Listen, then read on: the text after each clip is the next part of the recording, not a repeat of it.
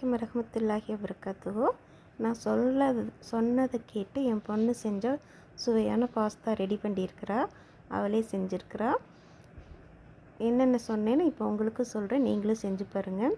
First கொஞ்சம் எண்ணெய் ஊற்றி 2 ஸ்பூன் எண்ணெய் ஊற்றி வெங்காயம், இஞ்சி பூண்டு பேஸ்ட்டு, ஒரு தக்காளி எல்லாம் போட்டு வணக்கிட்டு, அதுக்கப்புறம் பட்டைத்தூள் நாங்கள் அரைச்சி வச்சுருப்போம், பட்டை கிராம்பு தூள், அந்த தூள் கொஞ்சம் ஒரு 1/4 ஸ்பூன் போட்டு, மிளகாத்தூள் 1/4 ஸ்பூன் போட்டு, தேவைக்கேற்ப உப்பு போட்டுட்டு நல்லா வணக்கி விட்டுட்டா, ஒரு தக்காளி மட்டும் நல்லா வணங்கினதுக்கப்புறம் 1 செம்பு தண்ணி, அதாவது 1 டம்ளர் பாஸ்தா எடுத்தால் 2 டம்ளர் தண்ணி, அந்த கணக்கு சொல்லி நல்லா போட்டு தண்ணி கொதிச்சோன்னே அதில் தூக்கி ஊற்றி கலக்கி 3 விசில் விட்டு பாஸ்தா ரெடி பண்ணிட்டேன்.